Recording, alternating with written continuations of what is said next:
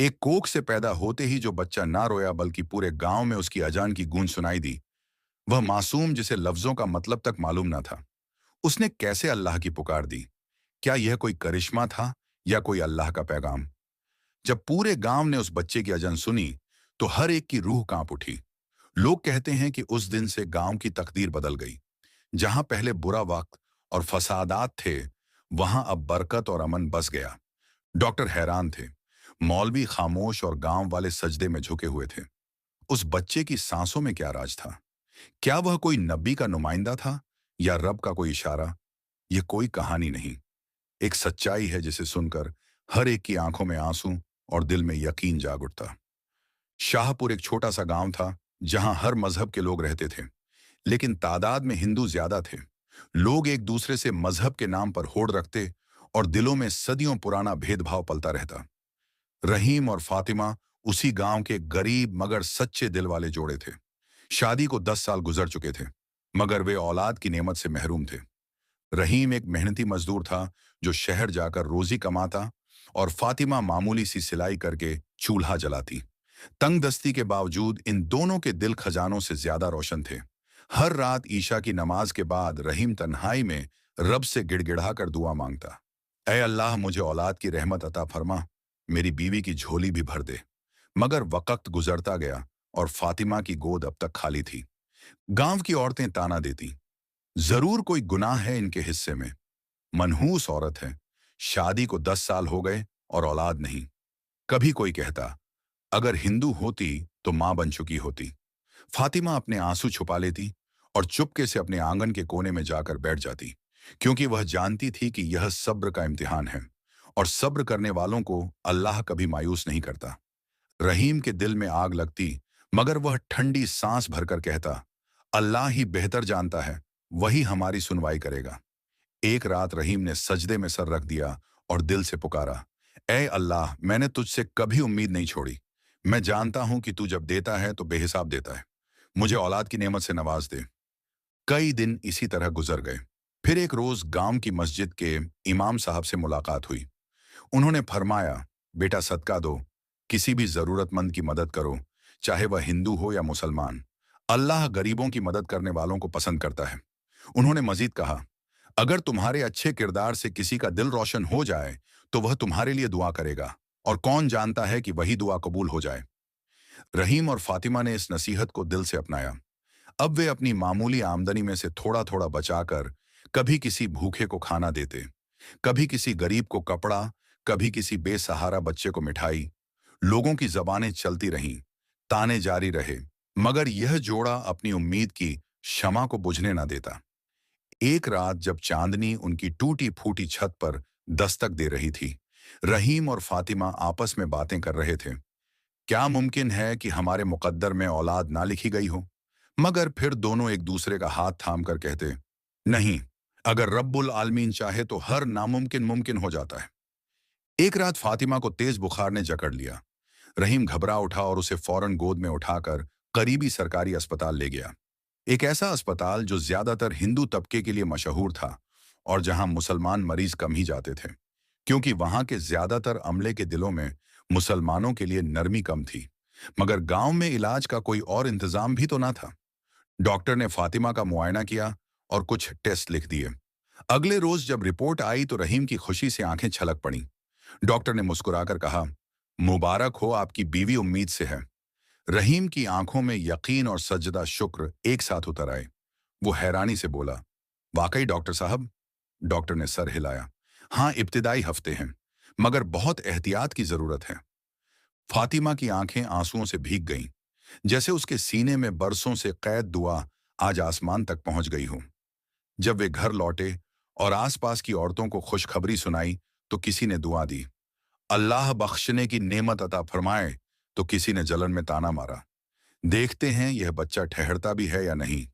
फातिमा का दिल टूटता, मगर वह खामोश रहकर अपने रब से रिश्ता मजबूत करती गई। वक्त गुजरता गया, हमला बढ़ता गया।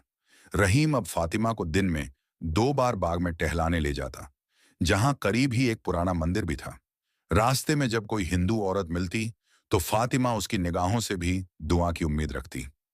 एक रोज सुधा देवी, एक बुजुर्ग हिंदू औरत ने फातिमा के सर पर हाथ रखा और कहा, बेटी घबराना मत, ऊपर वाला सब ठीक करेगा। फातिमा की आंखों में रोशनी सी उतर आई। वाकई रब सबके दिल बदलने पर कादिर है। अब 9 माह करीब आ चुके थे। घर के अखराजात बढ़ रहे थे। रहीम, जो शहर में मजदूरी करता था, मुश्किल से कुछ पैसे जोड़ पा रहा था ताकि डिलीवरी के वक्त के लिए इंतजाम हो सके। उसने कर्ज लिया। अपने जानने वाले खैराती मुसलमान भाइयों से मदद मांगी। किसी ने रुपए 100 दिए, किसी ने दुआ। फिर वो रात आई जिसका बरसों से इंतजार था। आधी रात बारिश शिद्दत से बरस रही थी। हवाओं में ठंडक के साथ उम्मीद की सरसराहट थी। रहीम और फातिमा एक पुरानी रिक्शा गाड़ी में अस्पताल की तरफ रवाना हुए। अस्पताल पहुंचते ही फातिमा को ऑपरेशन थिएटर ले जाया गया। रहीम बाहर बैठा तस्बीह के दाने घुमा रहा था और उसकी जुबान पर बस एक ही इल्तिजा थी, ऐ रब, मेरी बीवी और बच्चे की हिफाजत फरमा। डॉक्टरों ने देखा कि बच्चा उल्टी पोजीशन में है। फौरन ऑपरेशन जरूरी था। नर्सें इधर उधर दौड़ रही थीं। कुछ हिंदू नर्सें रहीम की तरफ अजीब निगाहों से देख रही थीं, जैसे पूछ रही हों कि यह मुसलमान मर्द यहाँ क्या कर रहा है। मगर रहीम की निगाहें सिर्फ अल्लाह की तरफ थीं। कुछ देर बाद एक डॉक्टर बाहर आया और बोला, ऑपरेशन शुरू हो चुका है, आधे घंटे में खबर मिल जाएगी। रात के 2:20 हो चुके थे। रहीम के सीने में एक अजीब सी बेचैनी थी, मगर दिल के किसी कोने में यह यकीन भी था कि अल्लाह अपने बंदों को कभी बेसहारा नहीं छोड़ता। करीब 1 घंटे बाद एक नर्स तेजी से बाहर निकली। उसके चेहरे पर हैरानी और खौफ के मिले जुले आसार थे। उसने धीमे लहजे में कहा, अंदर आइए मगर शोर ना करें। रहीम ने कदम बढ़ाए। जब वो ऑपरेशन थिएटर में पहुंचा तो देखा कि फातिमा अब भी नीम बेहोशी में थी, मगर एक नन्हा सा नवजात बच्चा एक डॉक्टर की गोद में था। उस बच्चे की आवाज कुछ अलग थी। रहीम की निगाहें ठहर गईं। उसके मासूम होठों से जो आवाज निकल रही थी, वह किसी आम बच्चे के रोने जैसी न थी, बल्कि उसमें एक सरगोशी भरी लहर थी, जैसे अजान की नकल हो रही हो। अल्लाहू अकबर की टूटती बनती सदा सी सुनाई देती, धीमी मगर रूहानी। डॉक्टर का चेहरा भी हैरत से भरा हुआ था। नर्सें इधर उधर देख रही थीं और आपस में धीमे लहजे में बातें कर रही थीं। एक हिंदू नर्स ने सरगोशी की, यह क्या माजरा है? ऐसा कैसे हो सकता है? डॉक्टर ने बच्चे को रहीम की तरफ बढ़ाते हुए कहा, मुबारक हो बच्चा, मुकम्मल तौर पर सेहतमंद है। मगर उसकी आवाज मेरे लिए भी यह पहली मर्तबा है। रहीम के हाथ कांप रहे थे। उसने बच्चे को अपनी बाहों में लिया, जैसे कोई इलाही अमानत थमा दी गई हो। उसने दिल ही दिल में सजदा शुक्र अदा किया और बच्चे को सीने से लगा लिया। ऐ रब, ये कैसी नेमत है। उधर नर्सों के दरमियान सरगोशियां जारी थीं। कुछ कह रही थीं, कहीं यह कोई चाल तो नहीं, कोई रिकॉर्डिंग। मगर सच यह था कि वहां कोई रिकॉर्डिंग नहीं थी। वो आवाज, वो अल्फाज सब कुदरती थे। कुछ देर बाद बच्चे की आवाज धीरे धीरे थम गई। जब फातिमा को होश आया तो उसने कमजोरी से कांपते होठों से पूछा, मेरा बच्चा कहाँ है? रहीम ने उसे बच्चा थमाया और धीरे से कहा, तुम्हारा बच्चा कुछ अजीब सा रोया, जैसे अनजान दे रहा हो। फातिमा की आंखें आंसुओं से लबरेज हो गईं। उसने बच्चे को सीने से लगाया और सरगोशी में कहा, ए रब, तेरा शुक्र है तूने मुझे इस काबिल समझा। ये जो कुछ भी है बस तेरा करम है। डॉक्टर ने मशवरा दिया कि माँ और बच्चे को एक दिन निगरानी में रखा जाएगा।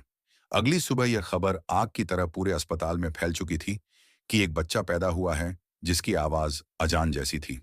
कुछ हिंदू स्टाफ ने इसे झूठा जादू कहा, मगर ज्यादातर के दिलों में जिज्ञासा और डर का एक अजीब सा मिला जुला एहसास था। वार्ड की नर्सें खुद देखने आईं। बच्चा अब भी कभी कभी होंठ हिलाता, जैसे कोई मुकद्दस अल्फाज बड़बड़ा रहा हो। अस्पताल के बाहर भी चर्चा गर्म हो चुकी थी कि शायद यह कोई अजीब निशानी है, शायद यह बच्चा मामूली नहीं। दोपहर को एक हिंदू पंडित जी भी एक मरीज से मिलने आए। जब उन्हें बच्चे के बारे में बताया गया तो उन्होंने हैरानी से कहा, अगर ऐसा है तो यह भगवान का करिश्मा है।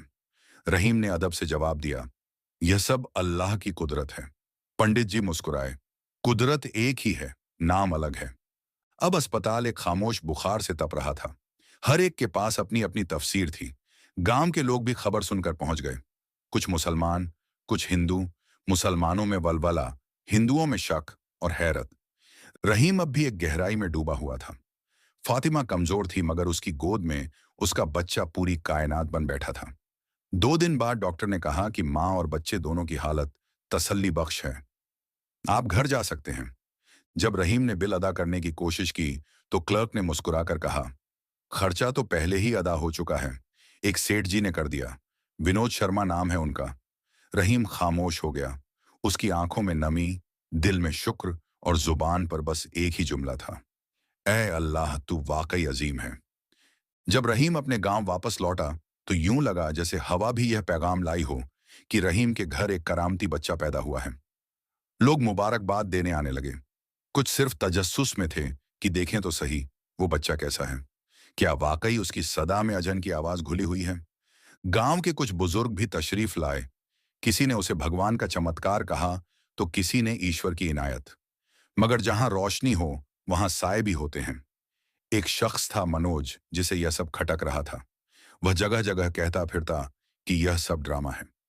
रहीम शोहरत चाहता है, पैसों का भूखा है। मगर जब वह खुद अली को देखने आया तो सामने सिर्फ एक मासूम सा बच्चा था जो अपनी मां की गोद में खामोशी से सोया हुआ था। ना कोई आवाज, ना कोई चमक। मनोज ने तंज भरे लहजे में कहा, बस यही है तुम्हारी करामत, और मुस्कुराता हुआ चला गया। रहीम ने यह सब सुना। दिल में रंज तो हुआ, मगर उसने सब्र का दामन नहीं छोड़ा। कुछ दिन बाद गांव के इमाम साहब ने मस्जिद में ऐलान किया कि इस करामती बच्चे का अकीका होगा। तमाम लोगों को दावत दी जाती है। जब अकीके का दिन आया तो नजारा काबिल दीद था। मस्जिद के आंगन में मुसलमानों के साथ साथ गांव के कई हिंदू भी तशरीफ लाए। एक तरफ बकरे का गोश्त पक रहा था, दूसरी तरफ सब्जी और दालें, ताकि जो मेहमान गोश्त ना खाते वे भी खुद को मेहमान महसूस करें। इस तरह का मंजर शायद ही पहले कभी देखा गया था। हर शख्स बच्चे को देखना चाहता था। उसे महसूस करना चाहता था कि क्या वाकई ये बच्चा आम नहीं।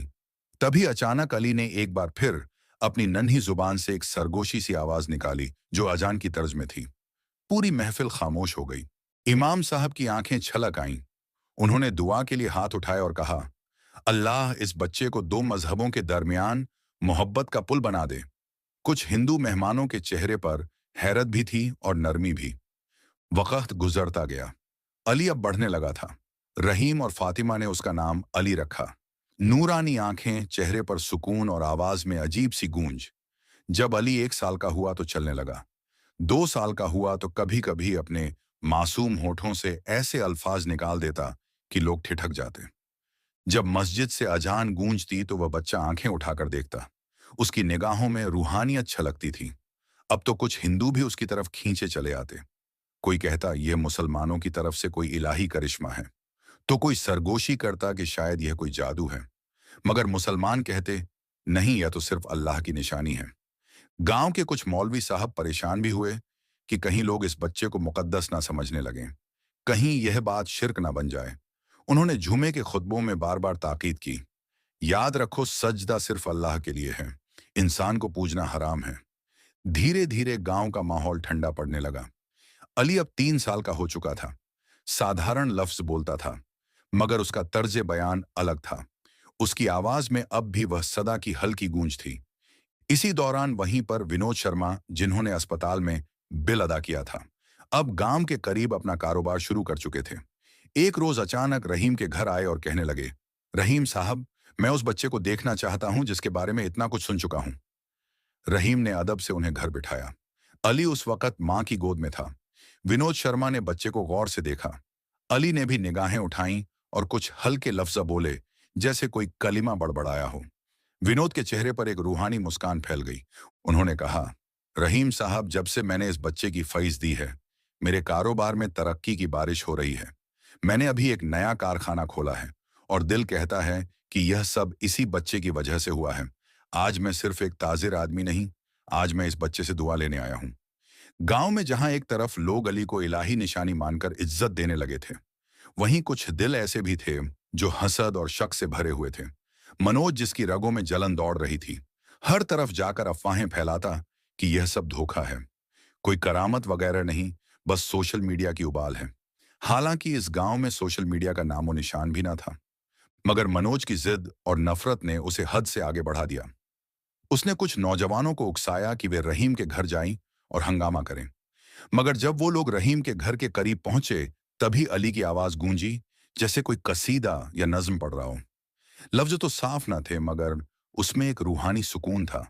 वो नौजवान जो गुस्से से भरे आए थे, बेबस होकर खामोशी से लौट गए, जैसे किसी ने दिलों को छू लिया हो। मनोज हैरानजदा था कि आखिर इस बच्चे में क्या है जो लोगों के दिल बदल रहा है। इन्हीं दिनों गांव में सालाना रामलीला मेला लगने वाला था। एक बड़ा जलसा जिसमें ज्यादातर हिंदू बिरादरी शरीक होती थी। कुछ मुसलमान भी आते थे, मगर आमतौर पर फासला बनाए रखते। इस बार रहीम ने ठान लिया कि मैं भी जाऊंगा और अली को साथ ले जाऊंगा। मोहब्बत का पैगाम सिर्फ मस्जिद की मीनार से नहीं, मैदान से भी दिया जाना चाहिए। फातिमा ने भी रजामंदी दे दी। जब मेला आया तो पूरा गांव जैसे रंगों से शराबोर था। हर तरफ झूले, मिठाइयाँ, देवी देवताओं की मूर्तियां, बाजार का शोर। रहीम को थोड़ी झिझक महसूस हुई, मगर दिल बड़ा रखा। कुछ देर बाद विनोद शर्मा भी मेले में नजर आए। अली को गोद में लेकर उन्होंने प्यार से माथा चूमा। उसी बीच एक तरफ से हंगामा शुरू हो गया। भीड़ उधर भागी।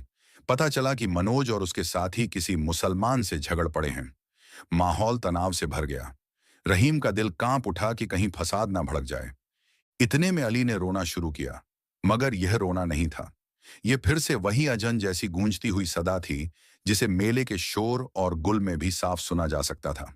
लोग ठहर गए। किसी ने कहा, यह वही आवाज है जो पहली बार अस्पताल में सुनाई दी थी।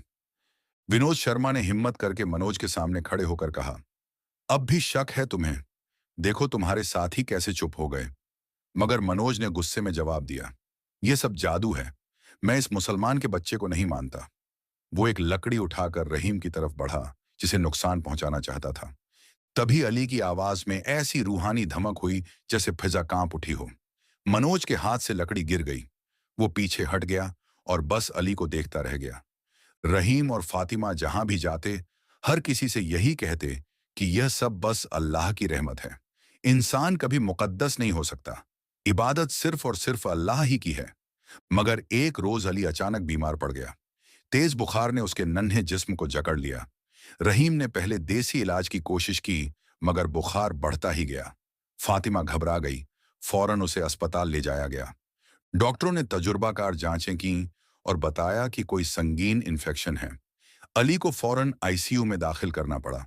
रहीम और फातिमा की आंखों में सिर्फ एक ही चीज थी, आंसू और दुआ। वे अस्पताल की ठंडी दीवारों और सन्नाटे वाले गलियारों में बैठकर तड़पते हुए सजदों में गिरकर दुआएं मांगते रहे।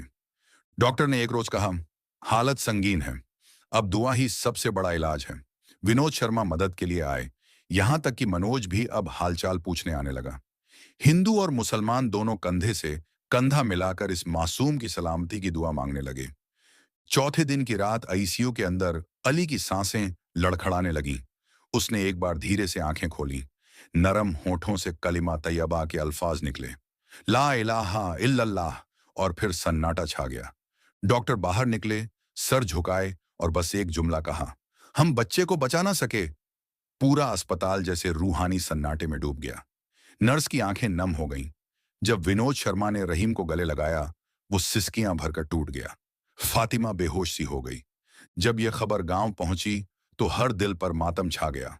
नमाज जनाजा मस्जिद में अदा की गई। हिंदू और मुसलमान दोनों शामिल हुए। लोगों ने आंसुओं के साथ देखा कि एक छोटा सा जनाजा मस्जिद के आंगन में रखा गया है। इमाम साहब ने रोते हुए दुआ करवाई। जनाजे के बाद अली को सुपुर्द ए खाक किया गया। फातिमा टूट चुकी थी। रहीम भी एक साया बन गया था। मगर दिल में एक तसल्ली थी कि उनका बेटा अपनी छोटी सी उम्र में एक बड़ी मिसाल बन गया।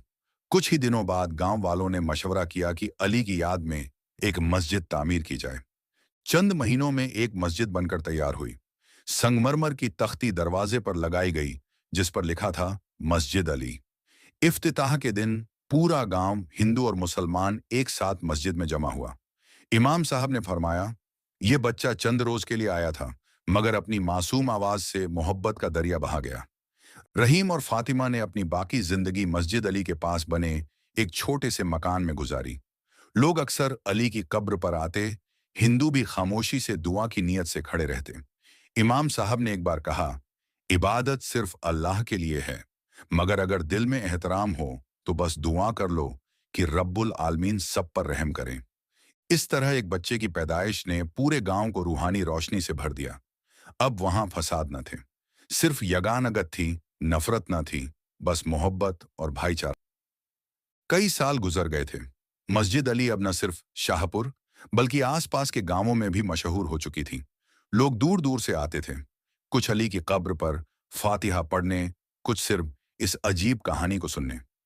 रहीम अब बूढ़ा हो चुका था, बाल सफेद, चेहरे पर झुर्रियां, मगर आंखों में अब भी वही नूर था जो अली के जमाने में था। फातिमा भी कमजोर हो गई थी, मगर हर रोज अली की कब्र पर जाकर सूरह फातिहा पढ़ती और कहती, ऐ मेरे बेटे, तूने जो प्यार का बीज बोया था वो अब पेड़ बन गया है। एक दिन की बात है, मस्जिद अली में एक अजनबी आदमी आया। उसका नाम था प्रोफेसर अशोक गुप्ता। वो दिल्ली यूनिवर्सिटी में धर्मों के अध्ययन का प्रोफेसर था। उसे अली की कहानी सुनने को मिली थी और वो इस पर रिसर्च करना चाहता था। जब प्रोफेसर गुप्ता ने रहीम से मुलाकात की तो बोले, रहीम साहब, मैं यहाँ इसलिए आया हूँ कि मैं इस अजीब वाक्य को समझना चाहता हूँ। क्या वाकई आपके बेटे में कुछ ऐसी बात थी जो आम बच्चों में नहीं होती? रहीम ने सादगी से जवाब दिया, जनाब, मैं एक सीधा सादा आदमी हूं। मैं सिर्फ इतना जानता हूं कि अल्लाह ने मेरे बेटे को कुछ इस तरह बनाया था कि उसकी आवाज लोगों के दिलों को छू जाती थी। मगर यह सब अल्लाह का करम था, कोई जादू या करामत नहीं। प्रोफेसर गुप्ता ने कई दिन गांव में गुजारे, पुराने लोगों से मिले, उन डॉक्टरों से मिले जिन्होंने अली की पैदाइश के वक्त ड्यूटी की थी। सबने एक ही बात कही, वो आवाज बिल्कुल हकीकी थी, कोई धोखा या फरेब नहीं। एक रोज प्रोफेसर गुप्ता ने विनोद शर्मा से मुलाकात की। विनोद अब एक बड़े कारोबारी बन चुके थे, मगर वो कभी नहीं भूले कि उनकी तरक्की की शुरुआत कब हुई थी। प्रोफेसर साहब, विनोद ने कहा, मैं एक हिंदू हूं, मगर मैं यकीन से कह सकता हूं कि उस बच्चे में कुछ खास बात थी। जब से मैंने उसकी पैदाइश में मदद की थी, मेरी जिंदगी बदल गई।